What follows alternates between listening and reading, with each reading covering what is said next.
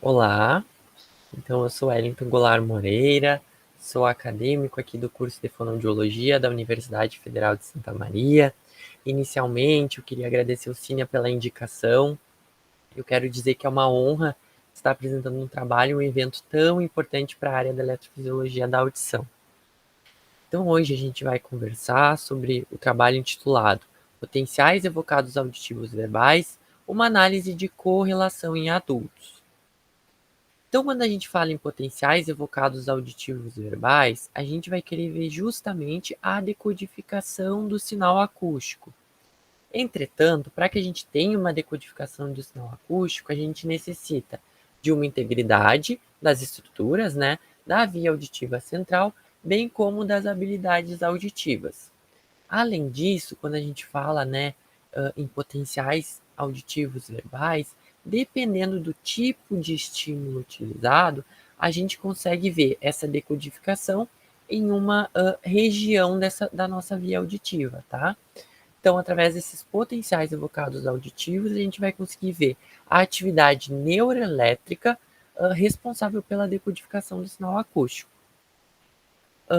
Dentre esses potenciais verbais, a gente encontra o Frequency Follow Response, o FFR, onde a gente vai conseguir, né, observar a codificação dos sinais transitórios rápidos e das mudanças temporais da fala ao longo de toda a via auditiva.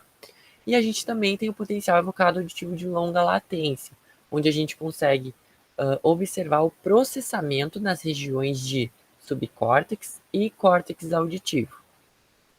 Partindo disso, o objetivo do estudo, então, foi analisar a correlação entre os componentes do Frequency Follow Response com os do potencial evocado auditivo de longa latência em adultos jovens. Aqui eu trouxe uma imagem ilustrativa sobre essa via auditiva central, sobre as estruturas da via auditiva central. No que está sublinhado, e tem o número 1, são as que correspondem, né, ao eliciamento do Frequency Follow Response. E as que estão nesse círculo em 2 é o que responde ao potencial evocado auditivo de longa latência. Então, como metodologia, esse estudo, né, ele foi aprovado pelo Comitê de Ética em Pesquisa em Seres Humanos.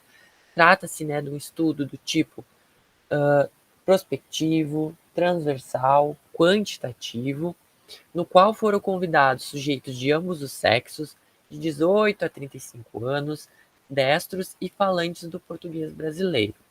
Como critérios de inclusão, todos os sujeitos deveriam ter limiares auditivos até 25 dBA, deveriam ter medidas de imitância acústica dentro dos padrões de normalidade, ou seja, integridade de orelha média e reflexos acústicos estapedianos contralaterais presentes bilateralmente, normalidade nos testes aplicados para avaliação do PAC, que foram, né, o teste de código de dígitos na etapa de integração binaural e o Random Gap Detection Test. E além disso, esses sujeitos deveriam apresentar normalidade no PEAT. Inicialmente, compareceram, né, para atendimento 61 indivíduos, dos quais 26% apresentavam alterações nas habilidades de PAC avaliadas, 13% portavam zumbido crônico, 3% tinham alterações de orelha média e 5% tinham alterações no PEAT. E desse modo, né, a casuística do estudo contou com 32 indivíduos, sendo eles 20 mulheres e 12 homens, com idade média de 22,5 anos. Como o procedimento de pesquisa foi realizado o potencial evocado de longa latência e o Frequency Follow Response, e posteriormente foi feita uma análise estatística através do teste de correlação de Pearson. Como resultados, nessa tabela 1, a gente traz resultados de correlação entre os componentes do FFR com os do potencial evocado auditivo de longa latência. De modo geral, a gente consegue observar forças de correlação moderadas com p-valores estatisticamente significativos, tanto para o componente V com a onda P1, do componente V com a onda N2, do componente A com a onda P1, E com a onda N2 e do componente C com a onda N2. Então, o que a gente evidencia através desses resultados? Que sim, existe uma contribuição do córtex auditivo primário na identificação da consoante, avaliada por meio do Frequency Follow Response, que também tem uma independência entre as habilidades responsáveis pelo complexo VA das por N2, e que existe uma relação entre a transição da consoante para a vogal com as habilidades de detecção e identificação do estímulo. Então, após esses resultados, olhando, lembrando, né, daquela figura anterior que a gente comentou, sobre as regiões que respondem a determinado potencial, com os resultados do presente estudo, a gente observa que o círculo, ou seja, as regiões que respondem ao Frequency Follow Response aumentaram, devido já a observar essa contribuição do córtex auditivo primário na identificação da consoante.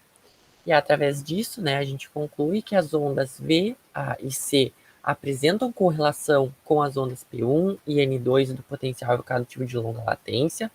E o que isso evidencia para a gente? Essa integração e interatividade das estruturas do sistema nervoso auditivo central no processamento do sinal acústico de fala. Então aqui eu trouxe uma imagem ilustrativa para a gente observar justamente isso. A onda V se correlaciona com N2, a onda A se correlaciona com P1 e N2, e a onda C se relaciona com N2. E nessa imagem justamente representando a integração e interatividade das estruturas do sistema nervoso auditivo central nesse processamento do sinal acústico de fala. Então, mais uma vez, eu deixo o meu muito obrigado, deixo o meu e-mail acadêmico para contato e reforço que é uma honra estar apresentando no evento.